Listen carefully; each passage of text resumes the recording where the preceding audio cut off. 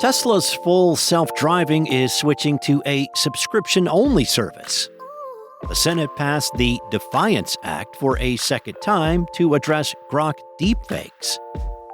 And the UK scrapped its digital ID requirement for workers. It's Wednesday, January 14th, and here's a quick look at tech in the news this morning from Engadget.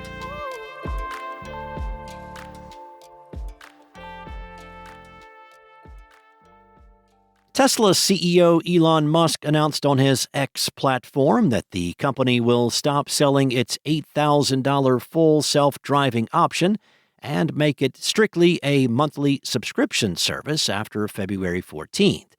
Musk did not reveal the price or why he is making the switch, though FSD is already available by subscription for $99 per month or $999 per year. The shift could be advantageous for buyers, particularly if they decide to dump their new Tesla or trade it in.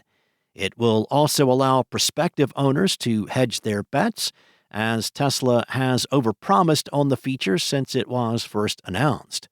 Full self-driving has never done what the name suggests, as humans must constantly supervise the system and frequently take control. Now, because of that, it's more of a driver assist system and does not even qualify as Level 3 self-driving, let alone as a truly autonomous Level 4 or Level 5 category.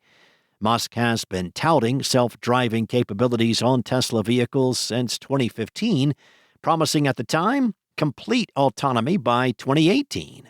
Branding for the system as autopilot and full self-driving has been called out as false advertising by consumer watchdogs and government for years, but so far, regulators have yet to take action. A California judge recently ruled that Tesla used deceptive language to market autopilot and recommended suspending Tesla's sales in the state for 30 days. However, the company has 90 days to comply and could still avoid punishment.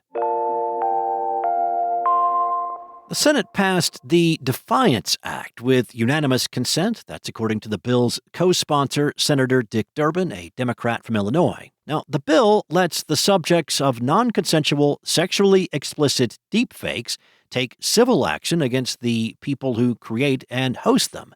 Deepfakes are a known issue online, but without the proper protections, easy access to AI-powered image and video generation tools has made it possible for anyone to create compromising content using another person's likeness. This has become a particular problem on X, where the integration of Grok, the AI assistant created by X's parent company, xAI, makes it possible for anyone to turn the content of another person's post into an image-generating prompt. Over the last month, that's allowed users to create sexually explicit images of children just by replying to a post with @Grok and a request. In response, Ofcom, the UK's media regulator, has already opened an investigation into X for potentially violating the Online Safety Act. The chatbot has also been outright blocked in Malaysia and Indonesia. The Defiance Act will not prevent Grok or other AI tools from generating non-consensual deepfakes, but it would make creating or hosting that content potentially very expensive for anyone on the receiving end of a lawsuit. The Senate passed an earlier version of the Defiance Act back in 2024, but it stalled in the House. Given the urgency of Grok's deepfake problem, the hope is this new version of the bill will not see the same resistance. Congress passed an earlier piece of deepfake regulation last year, the Take It Down Act, with bipartisan support. That bill was focused on the companies who host non-consensual, sexually explicit content rather than the people exploited by it. The UK government has backtracked on a plan to require all workers to have a digital ID following a backlash. It will now no longer be mandatory to register with the Digital ID program to prove one has the right to work in the country, as the BBC reported. The government announced the now scrapped digital ID requirement back in September. The government still plans to fully transition to digital right-to-work checks by 2029, using the likes of biometric passports as it seeks to do away with paper-based systems.